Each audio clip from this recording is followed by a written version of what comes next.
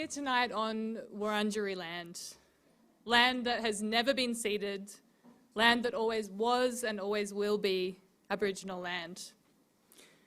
Hi, I'm Izzy Roberts-Orr. I am digital producer at Red Room Poetry, and I've come here today from Dja Dja Wurrung country, which took a really long time in peak hour. But I want to acknowledge and pay my deep respects to Wurundjeri Woi Wurrung elders past and present, and the elders and the ancestors of the lands from which you've all come to gather here today as we celebrate poetry. I'd also love to read this poem by the incredible Ellen van Neerven to kick us into tonight, because I've been thinking a lot about listening and what it means to really listen.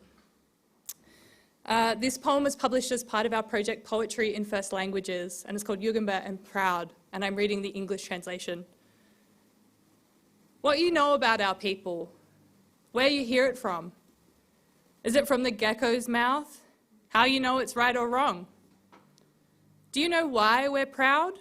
Can you make a leap? And when you really listen, is your listening deep?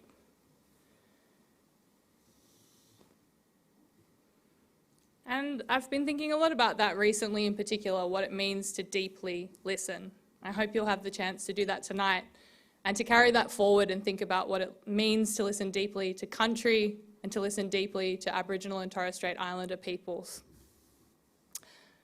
August is Poetry Month. Happy Poetry Month. Like, we're midway through. It's a national celebration of poetry and poets across the continent. If you haven't heard about it yet, well, you probably have because you're here. Then what were you doing for the last 3 years?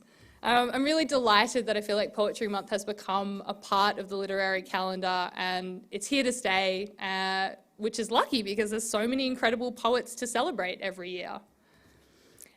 This year, Red Room Poetry is celebrating our 20th year, which is wild.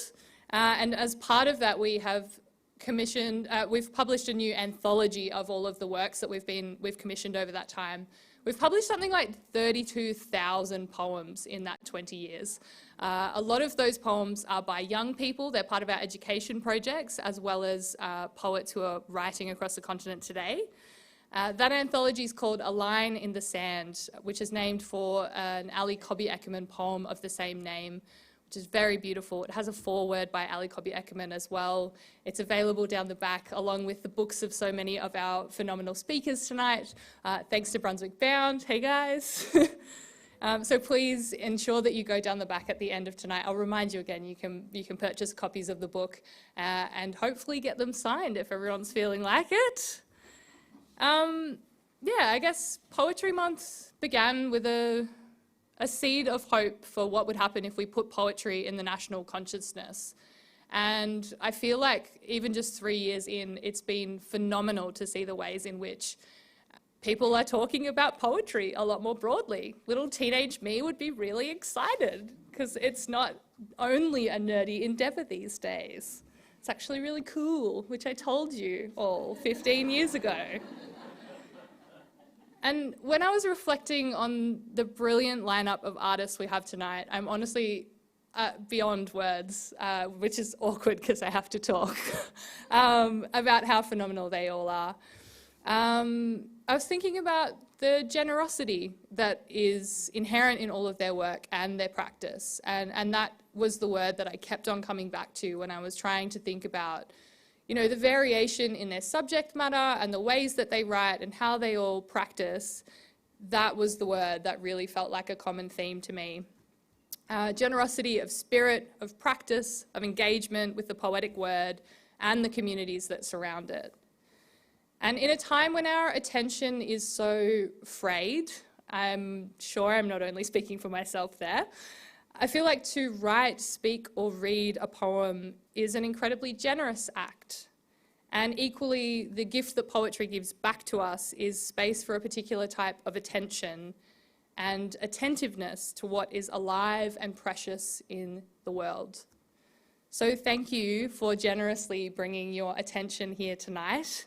And I'm very excited to introduce our first artist for tonight, who has just published her debut book with Hachette, which is very, very exciting, and you must get her to sign it.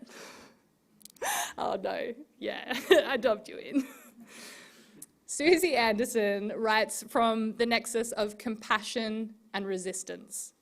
Her poetry and non-fiction are widely published online and in print, and she's published this incredible book of poetry with Hachette called The Body Country, after winning the Black and White Fellowship in 2021. Her professional practice as a digital producer in the arts is equally phenomenal and has taken her across the world from Sydney to London and back here to Melbourne. Descended from the Wagaya and Wemba Wemba peoples of Western Victoria, she currently lives on Boonwurrung land in Melbourne. Please make her very welcome.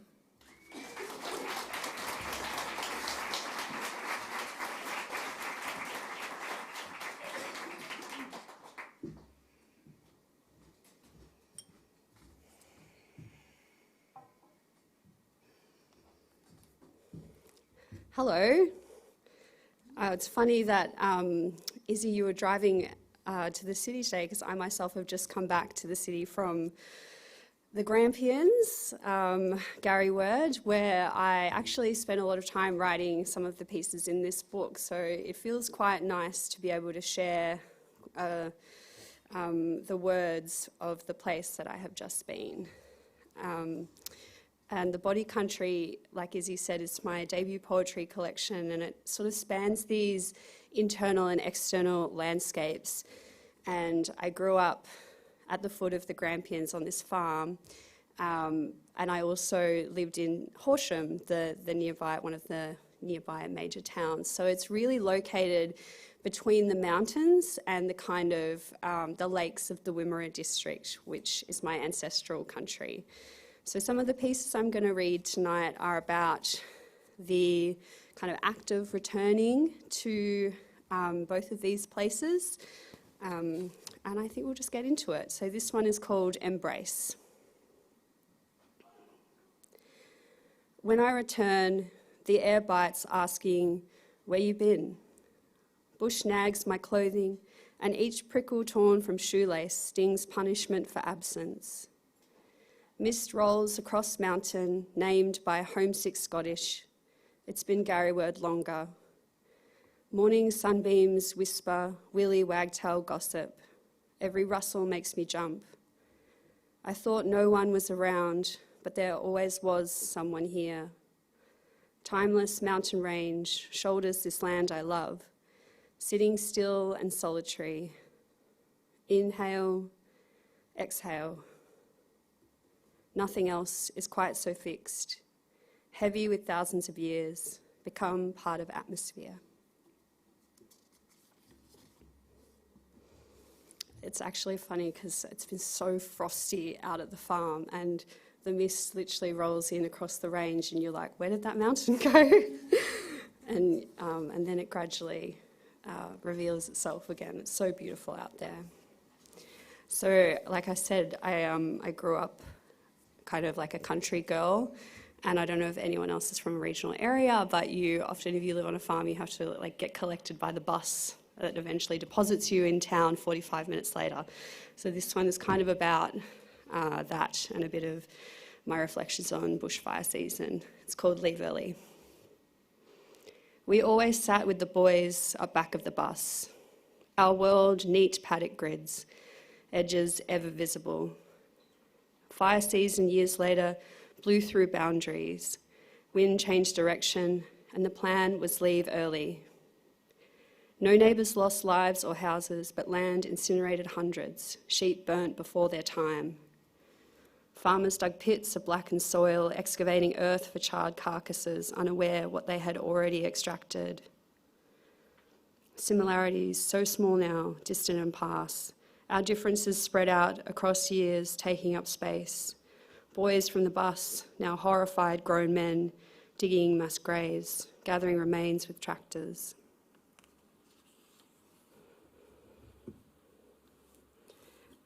So the next one, some of you 90s children or people who just remember, the folk music of that era will remember the girl group Titus. And my mum, we used to play the tapes in the car. And another thing in country areas, like, this is not, like, a disclaimer, this is not an advocate for drink driving. That is wrong. But in country areas, if you go to, like, the barbecue at the neighbour's farm and there's, like, one adult, if my mum was a single mum, how's she going to get these 3 whinging children home? So she had no choice but to kind of drive slow in the on the back roads to get us home, and this is kind of about that. Titus, gums and headlights. Mum drives home after many wines and 1 coffee. Empty country roads, swerving for fun. Cassette up loud, searching for mopoke. Every silver tree, cold backseat, wearing her big jumper. Maybe we'll never get home. And I think that mopoke song, if you remember from Sing About Life, was about deaths in custody. I'll finish on a piece towards the end of the collection that I wrote when I was kind of in lockdown. Well, kind of. We're all in lockdown. I kind of want to forget it, but we were all in lockdown. So I had the good fortune of being out at the farm with Mum at that time, and I went for a lot of walks just up and down that back paddock. And at the time we had some of the surrounding paddocks near us had blue gums that they were stripping. And they were allowed to work, so they would come down the back road in big trucks, and it was pretty confronting. It was like Fern Tree Gully or something like that, and it really confronted me. But it's part of the kind of life cycles of the post-drought culture, regional areas. We can talk about that at the pub. But this one is kind of about me summing up sort of all of the pieces in the book and taking walks and just ruminating on country. This is called Territory. We are all leaving tracks. Walking is writing, is weaving, is making, filling between lines of others. Time wrote angry over land, diagonal tire tracks, almost dendroglyphs. Tree clearing left stray bark, punctured by excavator teeth. This country is of pelican men, gulum, lake people and shadowy creatures. Not exactly like bunyips, something from dry plains still known by landscape, Nudge creeping in on dusk, and Benabil who fled across the plains to Garryword shortly after white occupation and may still be there. Yet none are strangers, and they speak the same. Language lives inside land, flows rivers' veins, pools into lake, remembered by hills and plains. What else could the creek be babbling about? Spoken by rustling grass, whispered through leaves of red and blue gums, sobbed out by weeping ironbark, reading aloud the words of country. Instead of our language, we were taught silence. Generations kept quiet about the thing that happened somewhere else other than our bush, to peoples who weren't related to us. Country spells it out in dust. 3 points mean emu, 2 equal dashes is kangaroo paws, M dash for tail. Not all lines are straight, says the bend of river down from the falls and curve of snake on sunny rocks. Turn to face mountain and tree. Feel others grown from earth. We resurrect. We are like Mull, treading the same path, reading the same country, spreading out across land, learning more words to write the place with. Thank you. That's my last piece. Please enjoy the night. It's a beautiful lineup. Thanks for having me.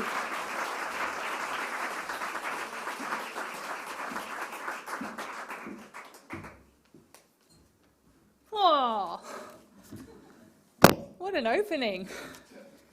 I love the way that your poetry has this incredible way of just sitting you straight into a scene. It's remarkable. Thank you, Susie. Go on, give her another round of applause. There's going to be lots of clapping tonight, I feel.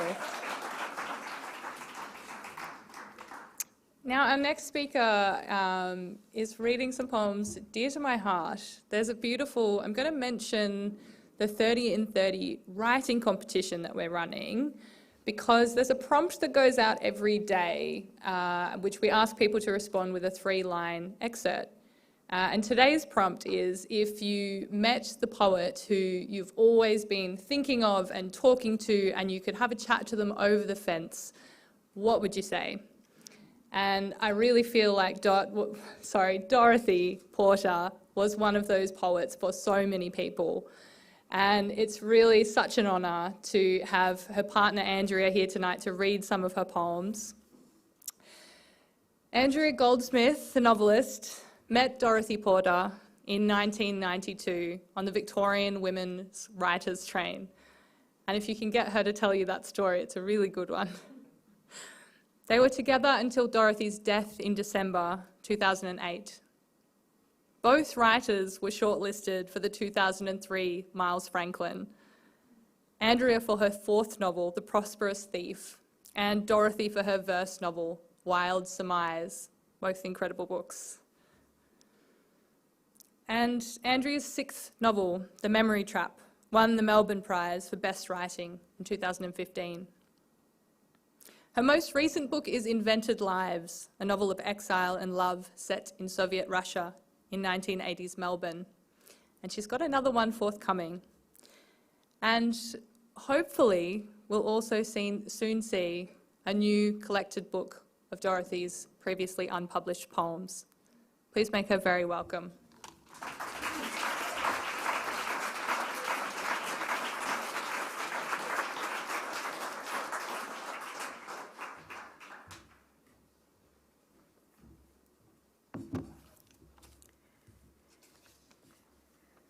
Hello, everyone. So, Dorothy died over 14 and a half years ago. Fortunately, the poetry didn't die with her. In fact, she's as alive in the poetry as she ever was, and if it were not so, I wouldn't be here tonight. Dorothy, Dot, had many loves: birds, music, the classical world, her best friend, the poet Judy Beveridge, our cat Whiston, her mother, me. But her most enduring love was for poetry. She'd start each day with a book of poetry, which she would annotate profusely and in ink. The annotations are simultaneously the response of an acute poetic sensibility and diary. Dot never went anywhere without a volume of poetry. Whether to the local coffee shop or to Antarctica, a book of poems, and usually several, travelled with her. She counted reading poetry among her greatest pleasures and her greatest blessings. So she read a huge amount of poetry, and in her not long enough life, she wrote a huge amount too, including approximately 250 uncollected poems, and most of them have been unpublished as well, of which 3 are included in Red Room's Line in the Sand. The first 2 poems I'm going to read, Reading Between My Lines and Raving, are typical Dot poems, with their love and yearning and sting in the tail. Love was never meant to be easy, and the best loves were not. Both poems were written around 1995, around the time of her collection, Crete. Reading Between My Lines. Please, darling, please, read between my lines. I am a fabulous script, elephant heads, spear points, sheaves of wheat and strange whatnot. I am all yours. Please, my lovely last chance girl, read between my lines. Raving. in this new morning, it is love that makes me chatter. Moving, light as a monkey, I'm giving off a hectic joy that could only be love in all its raving generosity. Thank you, my darling, for exploding in my heart. So when you leave me, mute and sober, once and for all, I will remember the talk and coffee and giddy peace of this morning. A couple of years ago, I was actually wanting to read some Polish poets, and I picked up the Milosz edited anthology, A Book of Luminous Things. And there, on the back page, and perhaps we can see it, I saw this. You know, the blank end pages, I found this, a poem. This was 2 years ago, 13 years after she died. I found this poem, and it was, well, you can imagine what it was. It wasn't titled, and I've just given it the title, Silence. It is rare, I should say another thing. Dot always wrote to music. There was a soundtrack to all of the verse novels, all of the poems. Silence. It is rare for me to write a poem in absolute silence. No music, no throttling heart. Just faint early birds and a grey early sky. I've given up this serpentine fight. No one won, and I'm flooded with peace and gratitude for that. Thank you.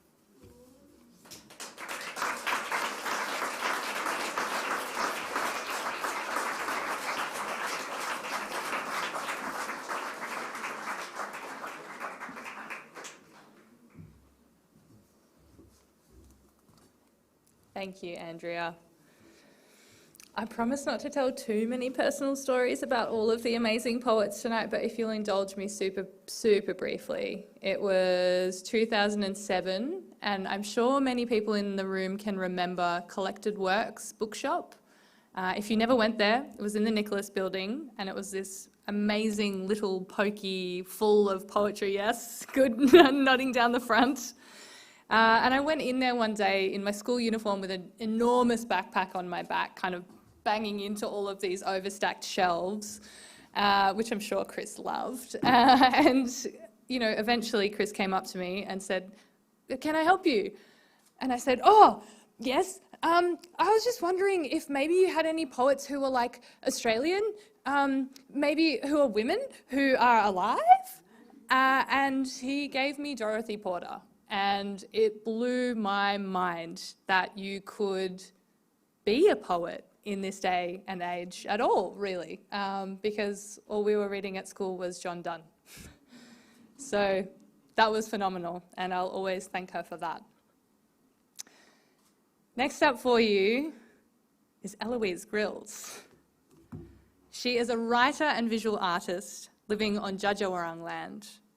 Her collection of illustrated non-fiction, who I'm sure many of you will be familiar with, Big, Beautiful Female Theory, was shortlisted for this year's Stella Prize and the Indie Book Award for illustrated non-fiction.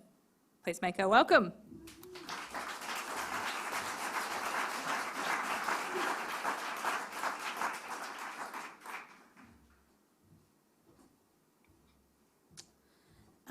Thank you. That was quite incredible. My poems are a bit dumb in comparison, but I hope you enjoy them. So the first poem I'm going to read is called The Blurst Bitch. There's a picture as well, I think. There's a person there, yeah, that's a drawing that goes with it. It is a truth universally acknowledged that a single man in possession of a good fortune must be in want of a dumb bitch bride. Jane Austen sort of wrote that, and then I wrote it down. I'm the queen of writing dumb things down and the king of not deleting them. These are the riches of my noble lands. The kingdom of dumb bitch right area adjacent to Genovia and Duloc and all the fictional movie kingdoms which make up the dull impermanence of my mind. People are always talking about man's pubis. No, wrong way around. Sorry. People are always talking about man's hubris when they could be talking about man's pubis. It's like, here lies me, Ozymandias, in my bubble bath of sand, spitting on all who pass me and shitting beneath the sand. Split my swan neck, watch the dumb bitch juice flow. I mean the creative juices. I mean the red wine and Coke Zero. I mean the dumb bitch juices. I've got dumb bitchitis. My organs slick, sick with talent and insight. Like a stupid chicken stuffed inside a stupid duck stuffed in a stupid turkey. I have so many layers, like an onion. I have so many layers, I am an onion. But I also have a fructose allergy. Get me away from me. I have nothing special about me. I don't even have my wits. Each morning I wake up and it's a little later in the day of my life. I'm roaring towards something. I'm snoring like a freight train towards a distant station, where cheap cigarette girls sell petite packets of Petite More, faster than a little Lana Del Rey of light between Madonna's thighs. Out, out, brief candle. Life is just a tear-jerk shadow. Life is just a knee-jerk shallow. Life is just a circle-jerk meadow. And I'm lying here so daintily, thinking, my God, my life is so flimsy like the first dinosaur bird. Let me die out too young and so pretty, yet such a bore. This next one was Izzy does some work with UTS and the wonderful animation students, and it's also a poem from the 30 and 30 last year, and it's in the Line in the Sand collection as well. And these wonderful students animated this poem, and they did an incredible job. So thank you. I'll start now. Every morning I am reborn, must reteach myself to function, must learn tiresome tasks that always need to be redone, that are in their doing unlearned and undone. Like Jesus dragging the stone from the door, only to be required to attend tedious course after course on proper wound management. I stare into the mirror. My eyes pour out of my face like two freshly torn bags of sand. I drag my toothbrush across my teeth, willing myself to do it 2 more seconds, 3, pulling it across like the heaviest ever chain on a chainsaw, like it might come to life and tear me right out of my body, out of this room, out of this most numbing Texas chainsaw massacre of all time. Every morning and every morning and every morning and every morning after that. How to love oneself if one is just a lousy piece of shit. How to find radical self-acceptance if you are just radically unlikable. How to give in to the immense unfriendliness of the universe if you are a privileged white woman who just needs to shut the fuck up. Every morning, a huge crane drives itself into an endless pile of dirt, and nothing shifts. Every morning, the light throws itself against the power lines and the apartment blocks, and some of the night stays, lingers in their shadow. Thank you.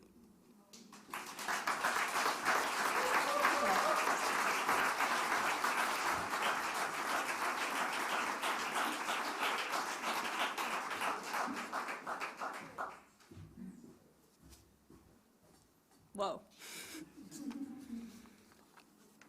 I hope you can tell so far from the lineup, there's we're going on a real roller coaster ride of Victorian poetry here. That's a full spectrum and it's the best. All the colours. Next up is Andy Jackson who really just embodies generosity, in my view, in terms of sharing his craft and practice. He's a poet and creative writing teacher and mentor, and was awarded the inaugural Writing the Future of Health Fellowship. He's also a Writers Victoria patron. Andy has featured at literary events and arts festivals across the globe, including many here, and has been shortlisted for the Kenneth Slessor Prize for Poetry, the John Bray Poetry Award, and the Victorian Premier's Prize for Poetry. He's co-edited incredible disability-themed issues of Southerly and Australian Poetry Journal, and his latest poetry collection is Human Looking, which won the 2022 ALS Gold Medal and the Prime Minister's Literary Award for Poetry. Please make him very welcome.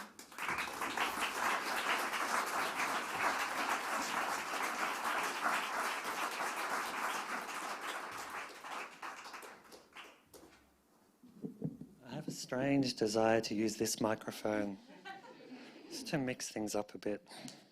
I'm going to make it go up just slightly because I'm taller. I'm going to read 2 new poems. This first one is called Ultimath, as in the aftermath that could have been.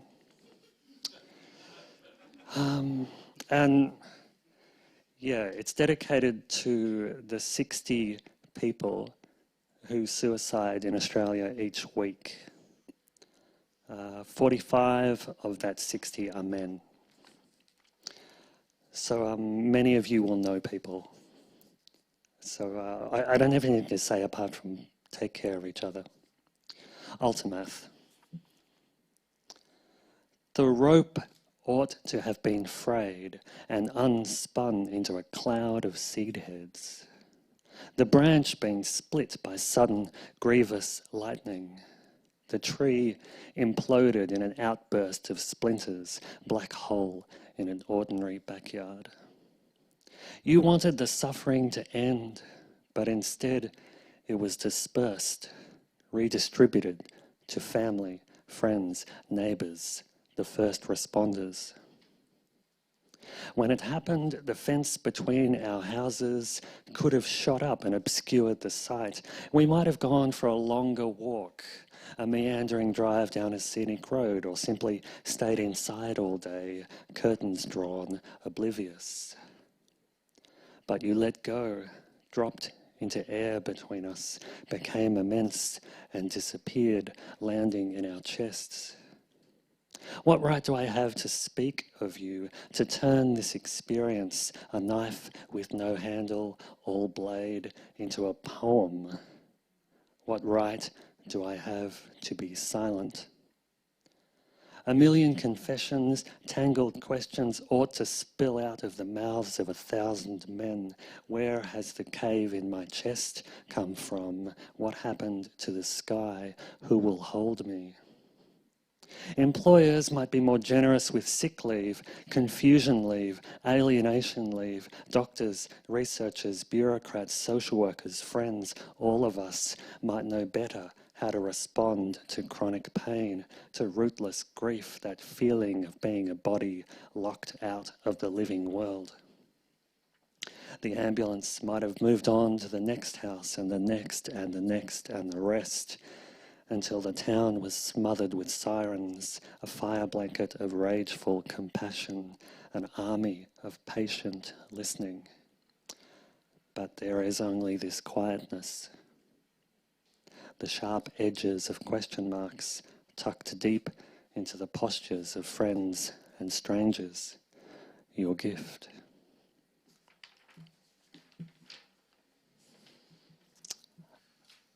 There's no segue to this next poem, but I wanted to leave you with a love poem. This one is also a kind of homage to a poem by a wonderful poet, a Latin American poet, Ecoa Adler Belandez, who wrote a great poem called The Woods. So this is in the style of The Woods. So it's called Appearing, and it is, of course, for Rachel.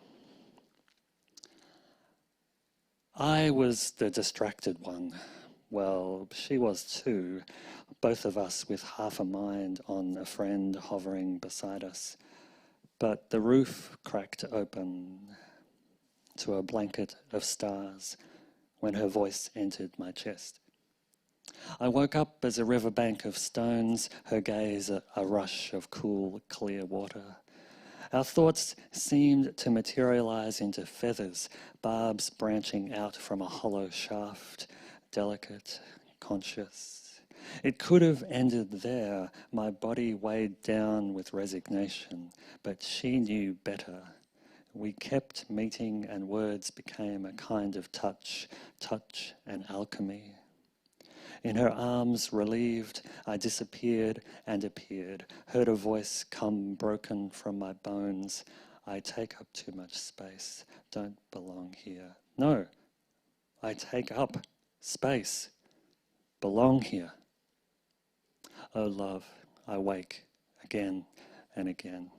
Every morning our wayward frames are revealed as cathedrals made of clay and air, and our ghosts continue to settle and quieten. We walk through them into each other. Thank you so much.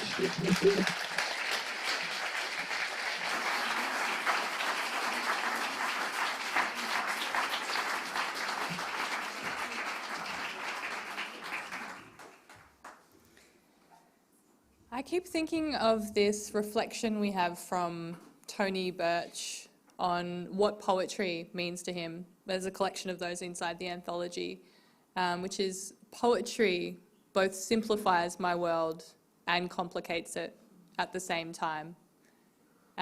Thank you for holding both of those things for us, Andy. Next up for you is a very special international guest. Kevin Jared Hosein is a Caribbean novelist and a poet. He was named overall winner of the Commonwealth Short Story Prize in 2018 and was the Caribbean regional winner in 2015. He's published 3 books, The Repenters and the Beast of Kukuyo, and his latest book, Hungry Ghosts, which he is here to talk to you about across the continent at the moment, and it's up the back, so you might be able to get a signature if you are really nice. And all of these books have won an incredible array of prizes, including the Code Burt Award for Caribbean Young Adult Literature, and being longlisted for the International Dublin Literary Award. He lives in Trinidad and Tobago, and he's here coming up onto the stage right now. Make him very welcome.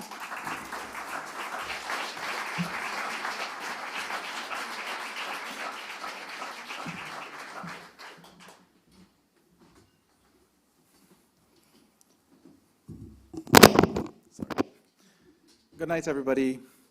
My name is Kevin Jared Hosein, thank you, Izzy. And I'm from Trinidad and Tobago, which has a population of about 1.4 million or so. It's a pretty small island nation. Many degrees of latitude higher than Australia, about 30 degrees of Celsius higher than Australia, than Melbourne. I'm very grateful to be here. And I would consider you all very fortunate because I typically don't read my poetry to audiences. In fact, before I was at the Byron Writers Festival, I hadn't read poetry on a stage in 8 years. I just had them collected in a pile. I'm much more comfortable reading novels. So I've sort of pushed myself into a corner here because I've written a poem specifically for tonight, for Australia. In solidarity from Trinidad and Tobago. So from what I've come to understand, Australia is a nation in mourning right now. And I just want to tell you all something. So in 2006, Trinidad and Tobago, remember, is a small island nation, somehow made it into the FIFA World Cup. And you know, everyone said we were destined to lose. And so our mobile company, our cell phone company at the time, this was 2006, said that anytime that Trinidad scores a goal, we're going to give everyone $20. So we're going to give everyone $20 credit in the entire country, everyone who's with our network. And that's about $5 Australian, so that's for every goal. So we did score one goal.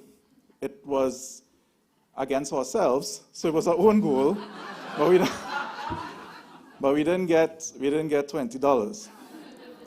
And yeah, so actually the team that kind of cost us going to the next level was England.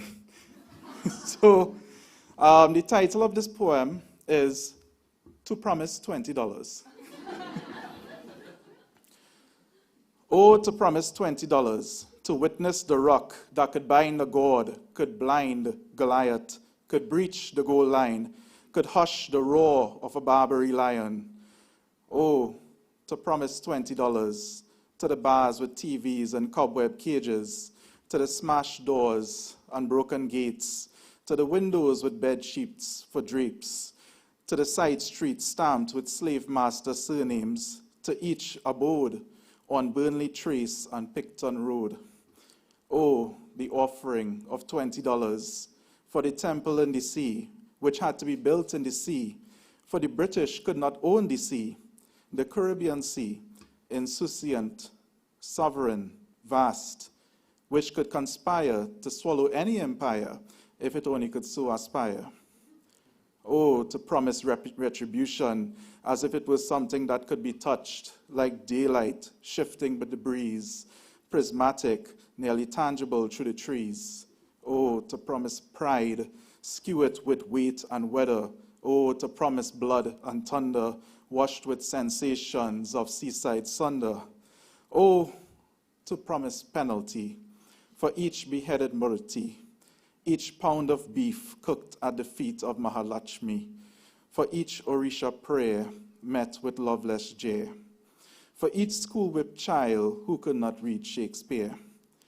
Oh, to promise $20 for the 11-year-old girl banned from a school for wearing a hijab. And I will say the name, Holy Name Convent, as if Jesus is the only holy name that could be promised to our people. Oh, to promise $20 for all the cadavers and deaths captured and forwarded as WhatsApp files, for the time teeth marks were found on a corpse and they lined up everyone from the beatum and told them to smile. Oh, to promise $20 for the braided schoolboys of Trinity College standing all in a row with a headmaster's self-hate, who promised to cut their locks else they could not graduate. Oh, to promise $20, the same dreadlocks of Brent Sancho that Englishman Peter Crouch would use as rappels to score the winning goal, to climb all the way to public enemy number 1 of Trinidad and Tobago.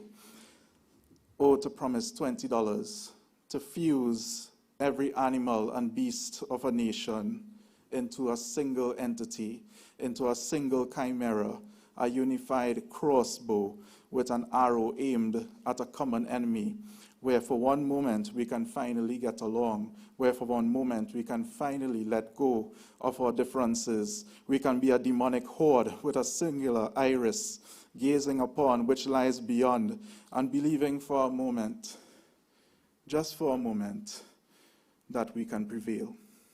Thank you.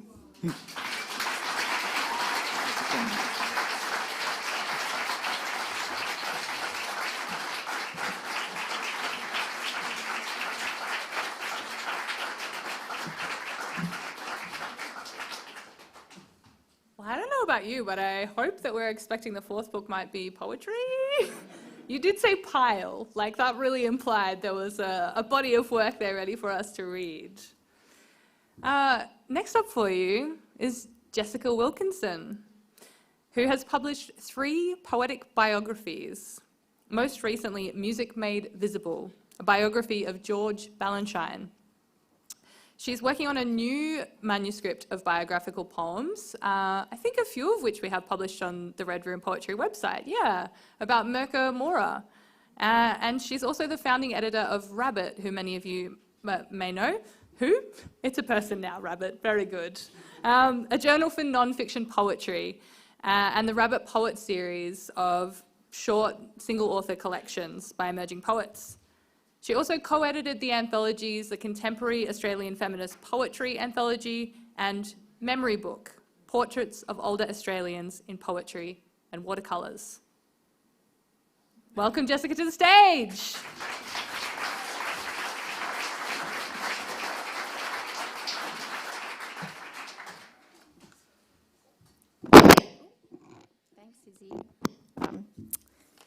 Thanks, Izzy. Thanks for having me.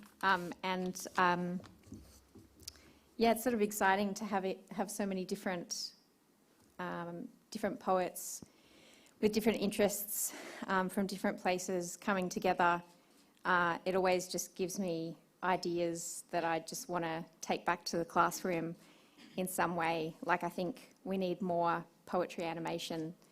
And Andrea, your mentioning Dorothy's marginalia reminds me of the PhD that a guy called Wilson Walker Cohen did when he went through the entire library of Melville and compiled it as his PhD, and he called it Melville's Marginalia. And I feel like there should be like a Porter's annotation or something maybe in the future, and that it says so much about their view of the world, I think, with the way that they read books.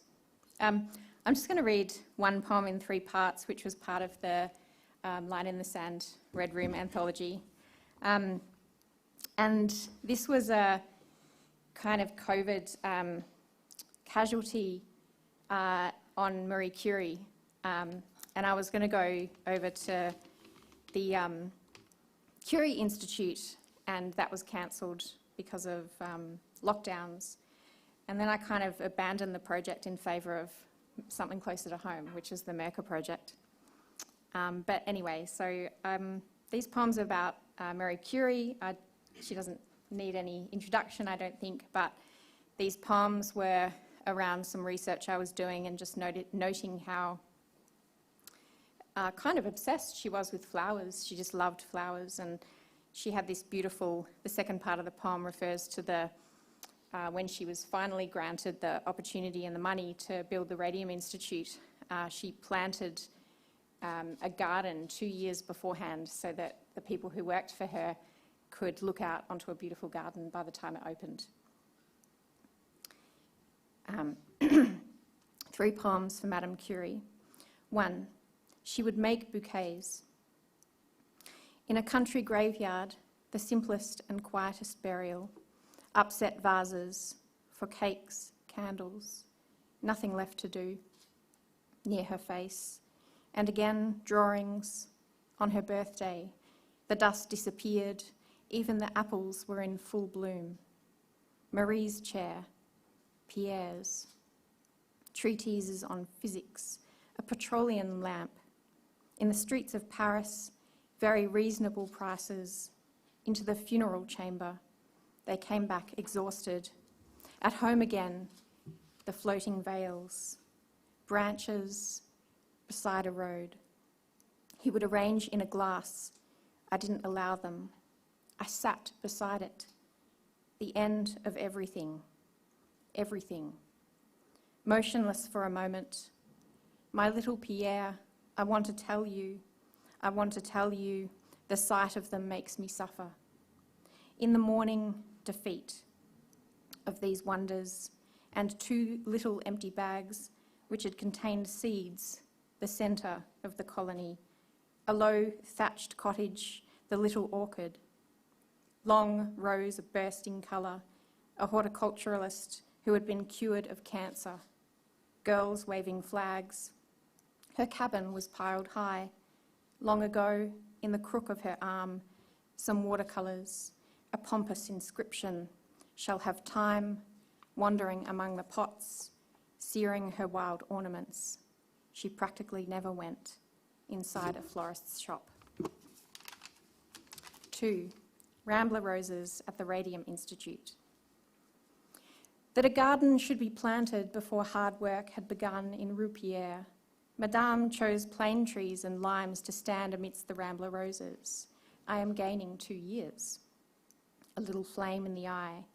She claimed that in a courtyard of tan brick and stone, mapped out a place for short respite between the measurements and test tubes. All this without consulting architect Nenot, who hadn't had a chance to lay foundations. Seed packets in her leather case, a future garden gathered from the markets with her daughter. Roses by her own hand into earth. She tended to them daily, witnessed tendrils rise against new walls. Marie could worry on a blight-affected vine more than on her separating fingertips. Perhaps the limes were chosen for their ornamental crown and heart-shaped leaves. Their nectar pleases butterflies and bees. Once a year, Marie unspooled a length of string to verify their growth. The increments in girth no doubt raised a smile. A thriving vision for her colleagues to look down upon from large lab windows. Happy marvels blooming. 3. Upset vases. My little Pierre, I want to tell you the sight of sunflowers makes me suffer. Lilac, leaf, rose, crown of gorse.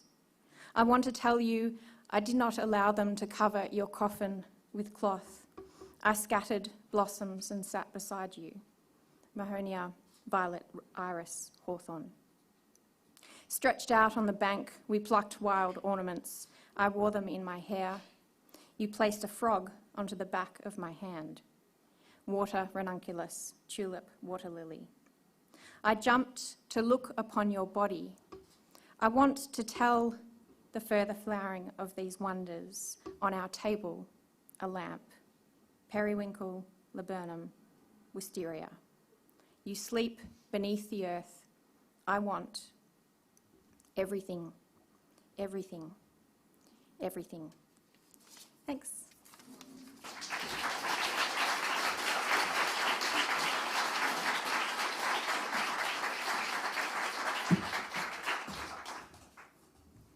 This is actually Jessica's first poem. You can see that it looks kind of like a bouquet. And one of these days I'll get you to teach me the magic of how you make your incredible concrete poetry, because that bends my mind. Amazing. Manisha Anjali was born in Suva, Fiji. She's a writer and artist and a dream catcher. She's the founder of Neptune, a research and documentation platform for dreams, visions, and hallucinations. You have to check it out. It's flippin' incredible.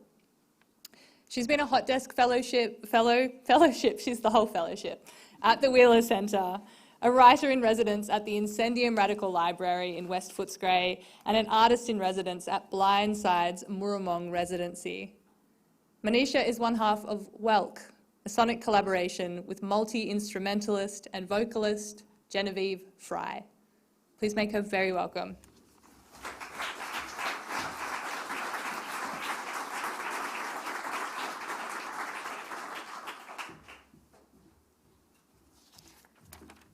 Thank you, Izzy. My first poem is called Farmer's Ektada. The ektada is a single-stringed instrument.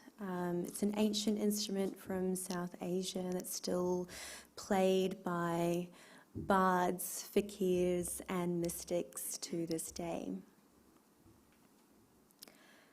Ektada, in the key of rebirth and revolution.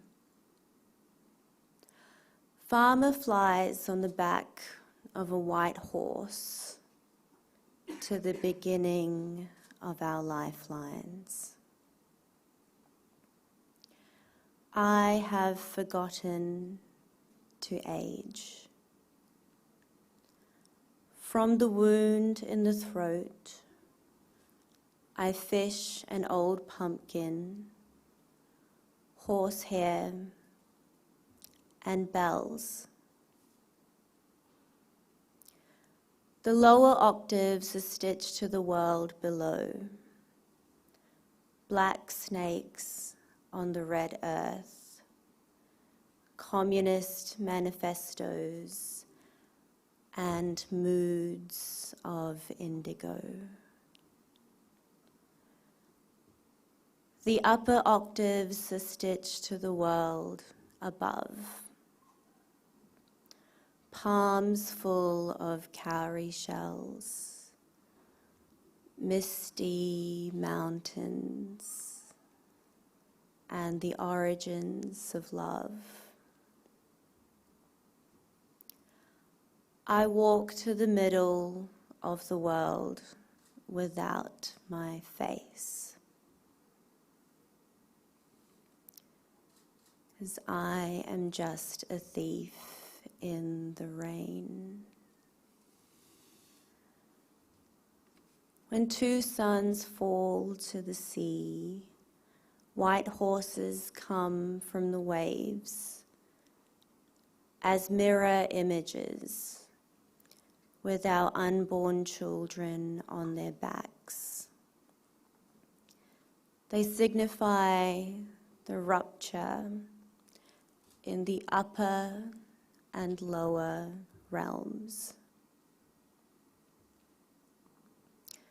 We stand on one leg at the end of paradise, shrouded in gunpowder, poppy, and equilibrium. We have always said to our two sons and our two lovers, I will wake before you rise so I can worship you. Our eyes open on the underside of the sea, beneath the flames. And farmer is biting into flesh and sea and skin, into the melody of the changing earth. Our memories, our names, our borders burn with the sea. And between two suns, the Ekdata synchronizes with the dead. We pray to the faces of our unborn children. Our love for them is sublime. The Ekdata is blue. The road is red.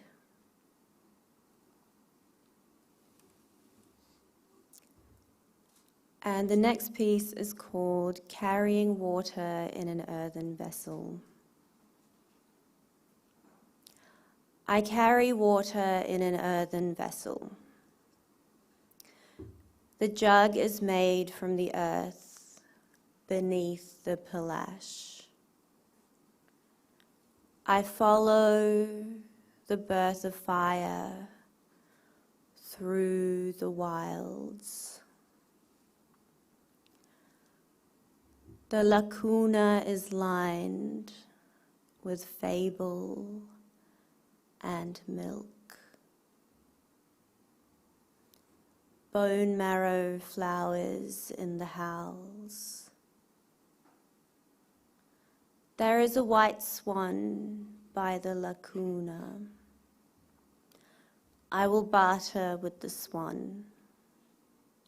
Paramahamsa, the supreme swan. In my vessel is volcanic ash,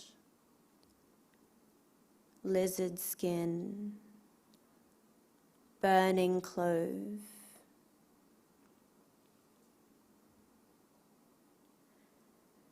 It rains for the first time in this green village. I carry rainwater in my earthen vessel. The painter lines the lacuna with copper and wine. He is doubled over like an Agnes Varda gleaner.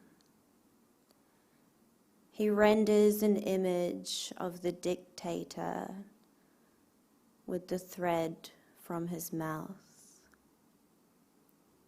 The dictator stands under the palace with Camel cigarettes in his pocket and a crow tattoo on his throat. The dictator weeps into my earthen vessel. I carry the weeping dictator, the swan, the lacuna in my earthen vessel. The vessel returns to the earth as 1,000 centipedes. The centipedes change into seeds for the workers to plant. Anjir, plantain, baobab. Thank you.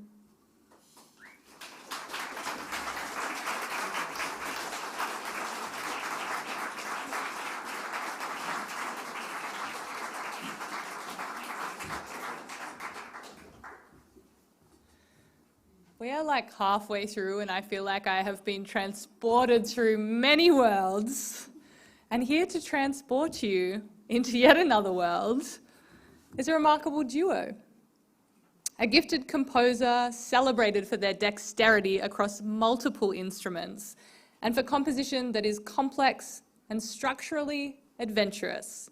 Evelyn Ida Morris released their first self-titled album under this name in 2017, which marked a significant departure from the looping pop of Pikelet, which they're well known for. These new works are lush, post-classical compositions, frequently referencing Debussy and Ravel. Thematically, they deal with the experience of being non-binary and making sense of that experience. Morris also co-founded Listen, an advocacy group focused on creating discourse around gender diversity and politics in Australian music. It was very dear and special to many people in Melbourne. And they earned their first ARIA nomination for the soundtrack to Acute Misfortune. And Erik Jensen is an award-winning journalist, biographer, poet, and screenwriter. He is the founding editor of the Saturday paper and editor-in-chief of Schwartz Media. He's also the author of Acute Misfortune, The Life and Death of Adam Cullen, on Kate Jennings and the Prosperity Gospel. His first collection of poems is I Said the Sea Was Folded. Please make them very welcome.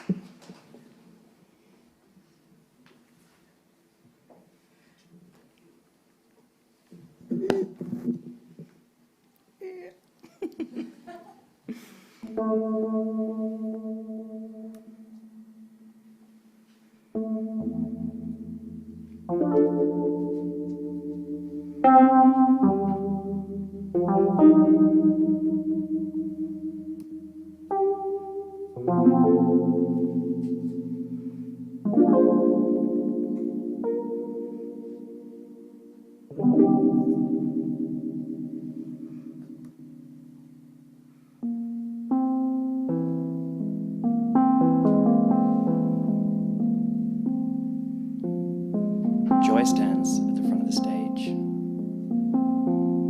nodding while the music plays. And a shadow shaped like joy walks up the wall, measuring the length of phrases, the breaths in the room, each of them. Finally says, let me be love.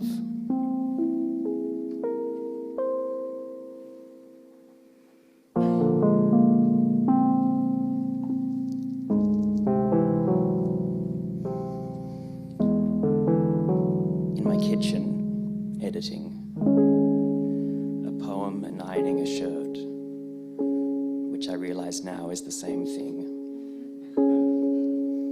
Fitting the shirt to the thin shoulders of a wire hanger. And realising I am jealous of its striped chest, empty of all but meaning.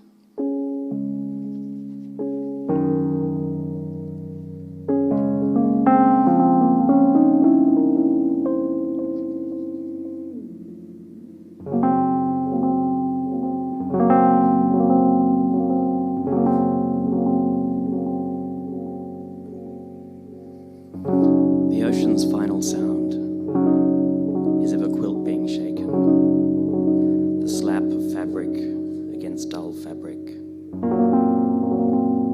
a brace of tattlers on the sand, chattering at this work.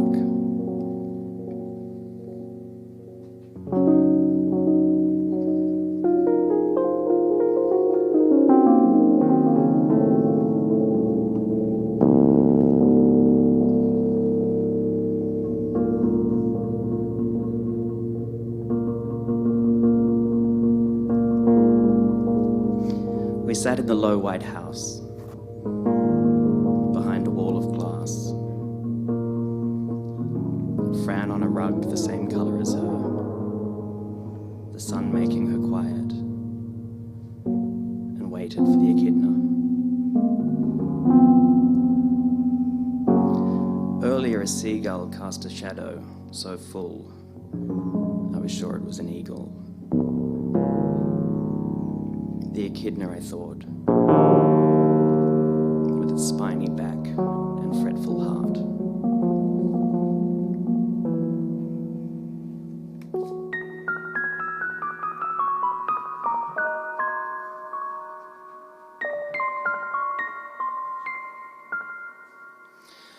At the road's edge, a lick of fireweed, a bird's wing flipped by traffic like a book.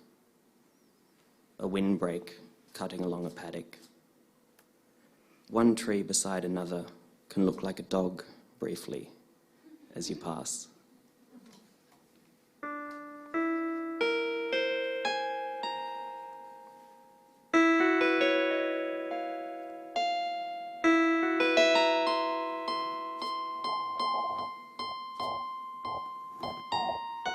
In Mafra, in the Butterdish Hills, where the road is in three parts, as black and implacable as a snake, and the plains are not yet yellow and not pink, and the hawk flies low enough to know something, and for a field it is green but only briefly. The thistle is tall as a man, and a sign at Bobandurra Creek warns against trout fishing. The first sound is of cicadas, then grass husks in the wind. There is the puckering of an unopened flower, the low, hopeful yearning of a cow at dusk, the whites of a cabbage moth in a tangle of mustard. The further the sun falls, the more alive is the plain. New birds flick up from the seeds, parrots, a wagtail. This is without mentioning the rocks in the field, or the licking of water against unmoving stones. The bleached white trees waiting for nothing, the Caltex drum on its side waiting for mail. I'm in my underpants, hoping to swim. I walk along the barbed wire that guards the stream until my legs are cut and impatient.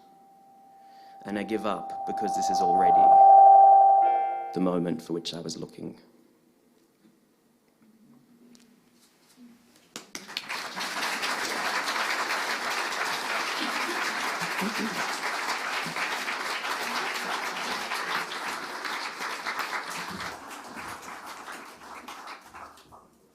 Well, that's a collaboration that is crying out to be animated.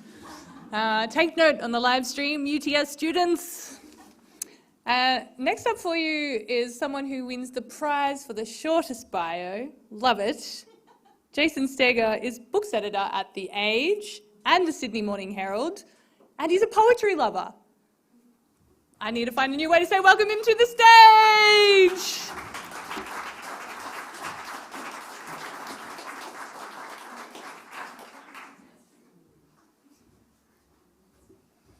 They always say less is more, don't they? I feel a bit of a fraud being here. But anyway, I am going to read a poem by the great David Malouf, which is, David's going to be 90 next year, and this poem takes us back to his childhood, to when he was about 4, and is about his grandfather, who was from Lebanon. It's called Early Discoveries. I find him in the garden. Staked tomato plants are what he walks among, the apples of paradise. He is 80 and stoops, white-haired in baggy serge and braces.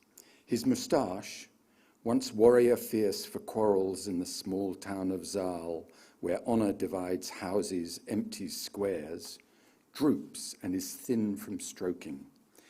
He has come too far from his century to care for more than these, the simplest ones. Webb's wonders, salad harmless, stripped by the birds. He pantomimes a dervish dance among them, and the birds creak off, his place at evening filled by a stick that flares and swipes at air, a pinstriped waistcoat stuffed with straw. It cuffs and swivels. I'm scared of it. Such temper tantrums are unpredictable. Blind buffeting of storms that rattle Venetians, hiss off pavements in the sun. Grandpa is milder, but when he hefts us high, his white hairs prickle, and the smell is foreign. Is it garlic or old age? They are continents I have not happened on. Their time will come. Meanwhile, he mutters blessings. I watch him practice his odd rites, hatchet in hand as he martyrs chickens in the woodblock's dark, an old man struggling with wings, or shakes a sieve while bright grain showers in a heap and blown chaff flies and glitters, falling to the other mouths. He comes and goes with daylight.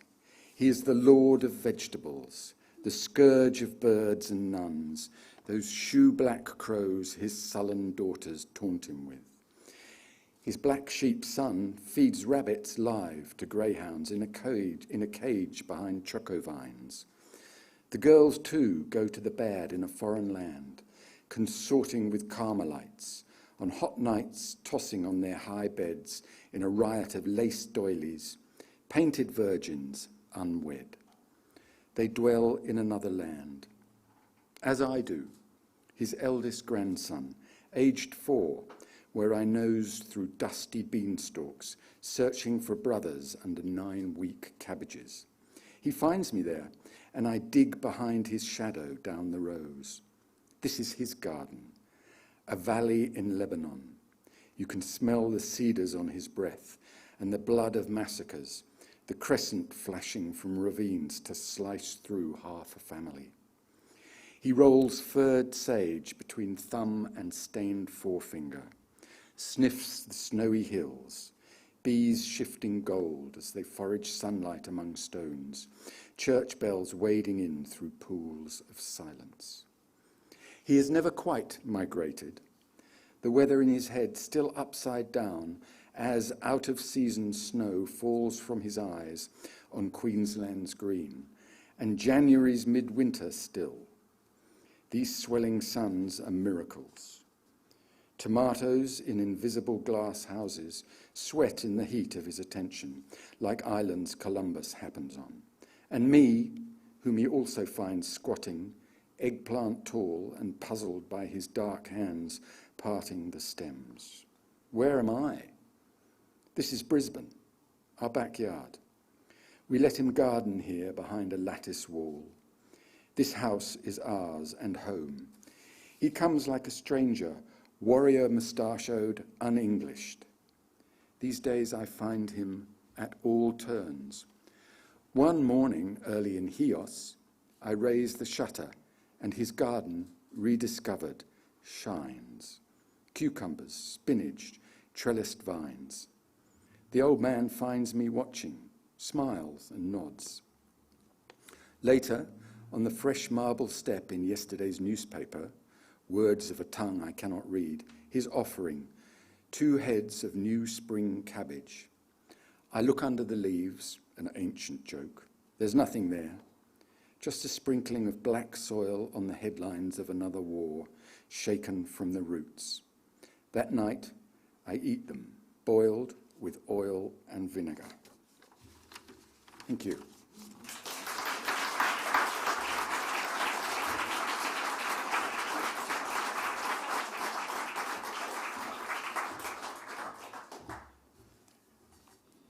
Brilliant and wonderful to have you here. And I'm going to borrow another reflection on what does poetry mean to me from Maxine Beneba Clark, which that poem made me think of in spades, which is poetry is the purest and most concentrated form of the wonder that is language. That poem really hit that home for me. We've only got 2 artists left. And the penultimate artist that we have for you is Maya Hodge, who's a Ladil and Yankul emerging writer and curator based on the lands of the Kulin Nation. Her practice is dedicated to disrupting colonial narratives and centering First Nations storytelling and sovereignty. Maya's writing and poetry have been published by Australian Poetry, Kill Your Darlings, Craft Victoria, Hardy Grant, and many more. In 2021, she was selected as a runner-up for the SBS Emerging Writers Competition, and this year was shortlisted for the Udjuru Nunakul Indigenous Poetry Prize. Please make her very welcome.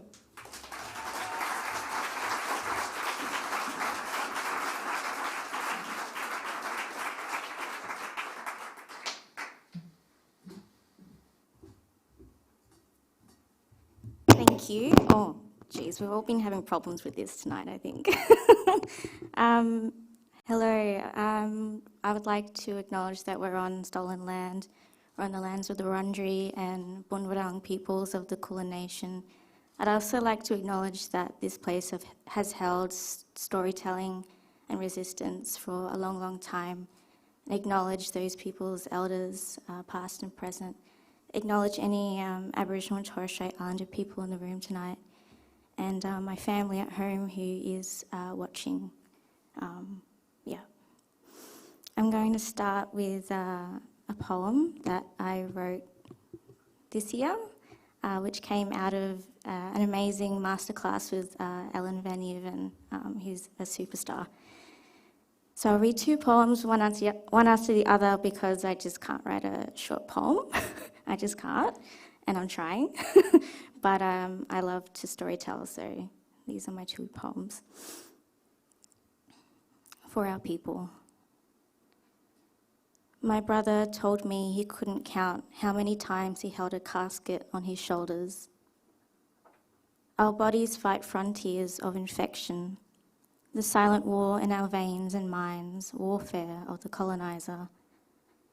As my brothers open their mouths, magpie song warbles, and the black-clad crowd shifts, peering out the stained glass window. Warka streams red, blue and green, rippling over upturned faces. I wonder if this man in the sky understands creation like we do. I wonder about the absence of grieving between the ticking of the white man's arms on the bricks of the church wall. We howl our ancestors' war cries, echoing like bell tolls in the tower above, as heavy footsteps trace the path home. Rows of teacups, and I haven't seen you in so long, not since. Auntie's mouth wobbles between sips. Cousins run outside on the drying lawn, gleefully chasing one another. Mothers watch, seeing everything and nothing at all. Uncles clench beers to their chests, hard hugs and back slaps, wiping tears from warm eyes, seeing everything and nothing at all. I think of my great-grandmother singing hymns in Ladle and wonder if this brought her sleeping solace. I think to myself, we have attended more funerals than weddings. We are grown alongside our eulogies, written on the walls of our bulia. Our old people leave us too young, their hands built, birthed, and held dreams of generations ago, weaving and singing into the now. My hands stir milk into the tea, clinking chipped china, watching cream melt, like my mother's face moves from sadness to love. My brother's eyes shift from seeing everything to nothing at all. We are united in love and loss against the warfare of the colonizer. I think about our elders, the pills and health checks. I think about our young people plagued with, it's the ones you don't expect. I think about our bubs growing up taken away from family.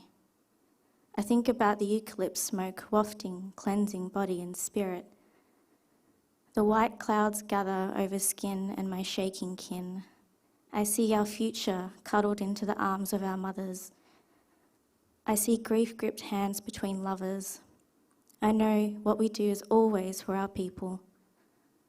As we bow our heads to say goodbye, mirroring the dust-drenched sun hanging low, we lift our heads and I see descendants of our warriors who never conceded and never will to the warfare of the colonizer. So this poem is called Kwangdongs, and I wrote it while I was in lockdown, like we all were, up in Mildura, where I was raised. I peel and peel kwangdongs in my mother's garden. The ice in my water melts slowly onto the hot surface of our scuffed wooden table. I watch as the light gently slides across the shed wall, telling me the time is moving on by. As I peel the kwangdongs, black gunk sticks to my fingernails and scatters across my lap. I want to dry my kwangdongs in the sizzling Mildura afternoon heat, to let the skin glisten like blood-red tree sap. I want the fruit to curl in the exquisite sun. I want the skins to cook so I can breathe it deep into my lungs. We reach up high to pick and pick kwangdongs. I remember when I was a little girl hiding among the salt bush, watching my mother and aunties pick and pick kwangdongs. In the sweltering sun, they gathered the fruit in time with the honey eater's song. I sit and softly wash the fruit, trying to get the infestation out, trying to stop the invasion of bugs that chew until the fruit is rotten to the core. My bare back hot from the stern eye of the sun, and my tired feet flat against the concrete floor. Peeling back time as I sit with my mother, picking and picking kwangdongs along the spine of this river, keeping a loving eye on the seasons and the scar tree filled with native bees. We walk mother and daughter along the banks of the river and the dense curtain of river reeds. I pull the seeds from the kwangdongs and pile them in bowls on our kitchen table. Sometimes I still find them hidden in the shadows of my pockets. They overflow in our home and rest in the coolamon sitting beneath our living room mantel. I want to boil the fruit in brown sugar and let it slowly turn into soft, sunset silken syrup. The colour of the rolling sand dunes and the country that nourished me as I sit and peel kwangdongs in my mother's garden. Thank you.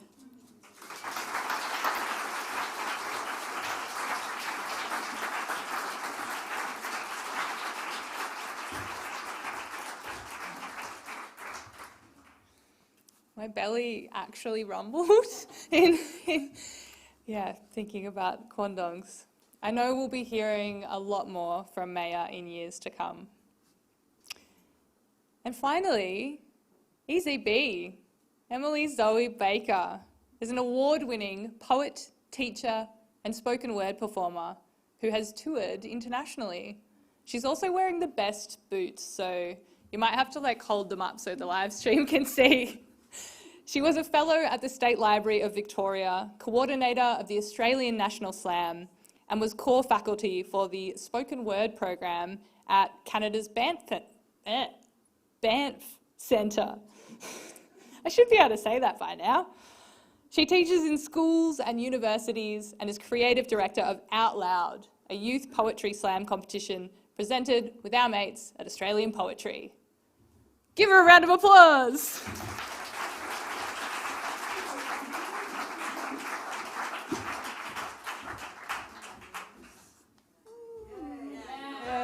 I'm going to have a go on both of them, I think. Oh, hello. I'm going to have a go on both. Go on all the rides. Thank you so much for what has been an absolutely amazing night of poetry. It's been like a medieval feast, one of those, you know, really sumptuous ones with lots of like, you know, glossy meat and goblets of wine and grapes everywhere and like little animals running across the table. That's how it's felt. It's absolutely amazing. Thank you so much for having me. Hopefully I can be a little after dinner mint. I have two little poems. The first one is called Mount Dandenong, and it's about deers and death. I once saw my own death flash like a deer, so now I'm always looking out for them. Searching the gaps between the tall trees, watching the road ahead, sitting still in the clearings, but the deer remain hidden. Worse, they're forbidden. Stretching back their ballet dancer ears, alert to any approaches. Each hair singled out by the early morning light, long eyelashes the colour of ginger snaps, their legs as light as an apple. There's hundreds of them, invisible, criminal phantoms, elusive as gold dust, hunted for being born. I believe I'll see mine on a moon-soaked night, on a winding road, silent, poised and mystical the way that Miyazaki sees a deer, with flowers for eyes, a gaze that will turn me to stone, a light step or two, a turn of the head, the blessing of being ignored, like being painted into a picture from a photograph you didn't know had been taken. I think about the early European arrivals, how nature here screamed in their faces, so they brought their more genteel wildlife with them to soothe their fears, carried fawns under their arms which disappeared into the back streets and the forests to become criminals. In autumn, the weather in the Dandenongs gets psychedelic. The sky turns melted saucepan and the sun lights every tree like butter just before the toast. Tiny leaves float through the air like ghosts on their way to a festival. And the fog, nature's magic trick, hides whole forests or gives creeks a mirrored hovering twin, turns branches into antlers. When I see him, there will be sky crystals and it will be cold. His eyes will shine like a cow's. A tiny brown, tawny coat, glinting and quivering, and I will be completely disarmed, glamoured.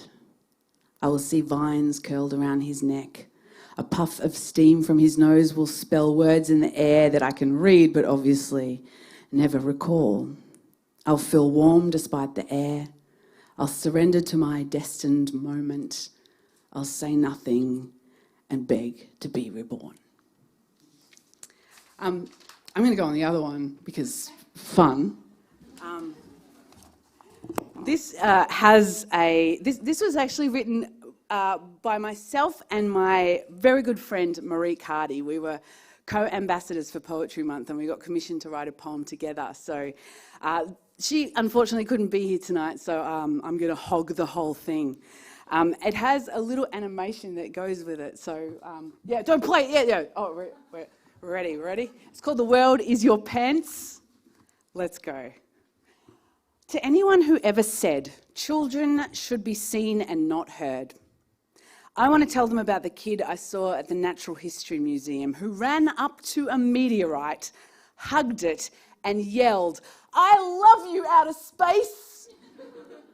That boy tore a moment in the silence to remind everyone they are made of Milky Way miracles, that humanity walked out of the hearts of dead stars to be here, to understand what a dead star is. Light takes 100,000 years to cross a galaxy, but his voice crossed the museum floor in seconds, sending a flamethrower of diamonds across our faces. We collectively strung our hearts like bunting above the tiny parade of his space enthusiasm. I hope no one ever says anything dumb to make him change. To the girl I read about who repotted a plant into the ground and decided, now the world is your new pants. Or the kid who was shaking the trunk of a mulberry tree and declared that he was stirring the sky. I hope you made soup the size of the sea. I want to use your voices as medicine for every moment of apathy or shame, for every moment we forget that we're dazzling in our flesh suits, that we can unzip ourselves and return face first into the galaxy, that we can think about walking upside down on mountaintops, that we can be friends with forests, talk to gods, reimagine the fractal formation of everything. For those of us that grew up not heard or not listened to or not believed, who were dismissed with the flick of a hand, those crescent moon cuts still sting. They are carried under our skin, in our hair. They scratch us behind the eyes and are pushed into our DNA like metal into dough. If I could, meteorite boy, I'd put you on my hip and I'd carry you back through time. I'll invent microphones and speakers so I may blast it deep into the past, to those days where we felt that we were not enough, where we tempted a different ending. You could yell, I love you, outer space, directly into those moments where we kept asking, we kept asking, we kept asking to be more. Thank you so much.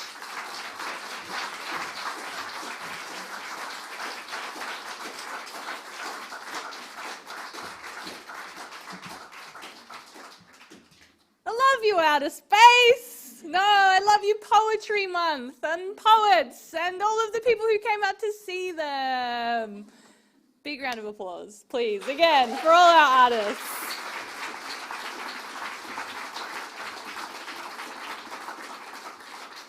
That was a real roller coaster of emotion and absolutely incredible. A huge thank you to the Wheeler Centre for having us again in our third year. This is absolutely one of my favourite parts of the enormous month that is Poetry Month. And I want to give a shout out to our team. They all live in New South Wales, but hopefully along with Mayor's family, hey Mayor's family, they might be watching on the live stream.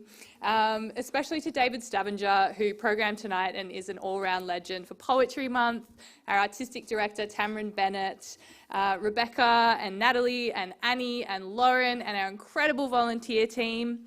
And thank you to the Australia Council and Copyright Agency for helping us make Poetry Month possible. Have a fantastic night. Carry this forward with you across the next year, and we'll see you next year again. Hang around, buy a copy of A Line in the Sand and these are wonderful artist books. Maybe get them signed, and maybe see you downstairs for a drink. Thanks so much.